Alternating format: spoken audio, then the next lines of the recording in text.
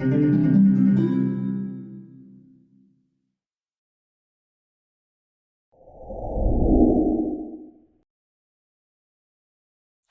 and welcome to the Cat Scrappiness YouTube channel. My name is Lynn, and today I am going to continue with my series of videos playing along with Kendra's card challenge number 8. If you didn't already know, Cat Scrappiness is a sponsor of Kendra's card challenge, which means if you participate in the challenge, you could also win a gift certificate to Cat Scrappiness. So if you're not familiar with the card challenge, it's put on by Cards by Kendra, and she makes available a free PDF download where you will get a cutting guide for converting and cutting down very, very efficiently 6 sheets of 6x6 pattern paper and converting those cuts to, in this case, 17 card sketch designs. And it's really, really lovely. You get measurements for how to cut down your pattern papers so that you have all of these little pieces that pretty much all get used in across various card sketches. And then at the end of the PDF file, you'll see card sketches for how to lay out and design the 17 cards that you can make. You do have to bring additional supplies to the party, such as solid color cardstock, background panels, and things like that. But the cutting guide and the card sketches will get you most of the way there.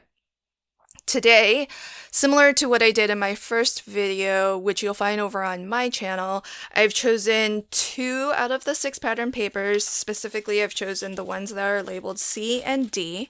I'm going to cut those down. One sheet is actually from the Lumberyard paper pad, and this one that I'm cutting down now is from the Gobble Gobble paper pack. So while you could certainly choose all of your papers from the same paper pack, I am going to show that you could actually mix and match your papers from various paper collections. So my first video, I actually chose pattern papers from Cat's Meow and Possum Dogs. And here I'm using a sheet from Lumberyard and a sheet from Gobble Gobble. And all of these pattern papers mix and match across the 17 card designs in various ways. In today's video, I am going to actually complete 2 cards, and specifically they are going to be card sketch number 9 and card sketch number 10 from the challenge. In my next video, which will be on the Cat Scrappiness YouTube channel a little bit later this month, you will find that I will put together card sketch number 8, card sketch number 12, and card sketch number 16. The reason why I've chosen these specific 2 pattern papers is because they get combined and paired with each other quite a lot. And in fact, combined with some of the leftover cuts from my first video in this series, they are going to help me actually create 5 cards in total, 2 which you'll see in this video, and 3 you will see a little later this month on the Cat Scrappiness channel. And so they will actually get me pretty far in the card challenge.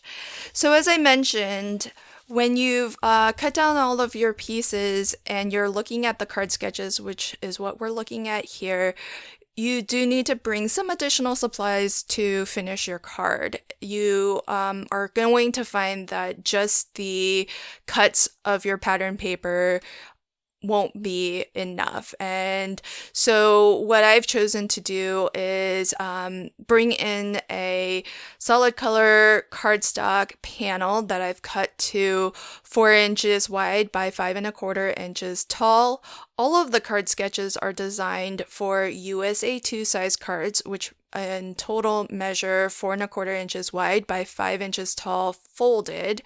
Sometimes you'll see designs that are portrait orientation like this one, and sometimes you'll see designs that are landscape top folding, and it just really depends on how best the design or the cuts are utilized. And I think it's really fantastic that Kendra has given us that mix. You'll also see that the card sketches show different shapes. Now you can take liberties to choose whatever shape dies you'd like. So here I'm using one of the more recent nested die sets from Cat Scrappiness. This is the nested stitched hexagon dies. I've just chosen two.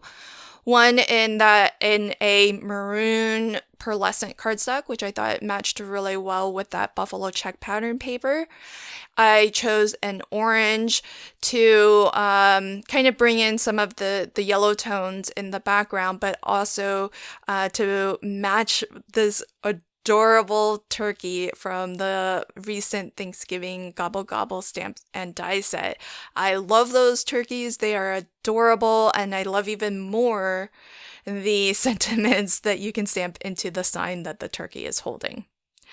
Moving on to the second card, this is card sketch number 10, and I'm starting in this case with solid color cardstock as my card base, and then I've layered on top of that a panel of just cream color cardstock that's been cut to, again, 4 inches by 5¼ Pardon my puppy if you can hear her.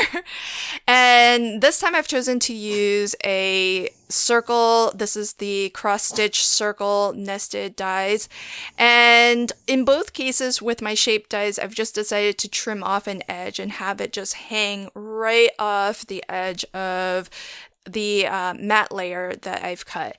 And I think that just kind of adds something a little bit different to the design, to just let it hang right off of that edge. And you know, you can obviously take liberties with the size, with the shape, with the placement. The card sketches are really just meant as a starting point, and my final little embellishment are some Nuvo drops. On this card, I've put them at the bottom. On the left card, I've just put them around the circle. So lots of really, really amazing card designs. This is just 2 of them. Stay tuned for my next 3 cards a little later this month, and you'll find that right here on the Cat Scrappiness YouTube channel. Thanks again for joining me today. Until next time, happy crafting and have a fantastic day. Bye.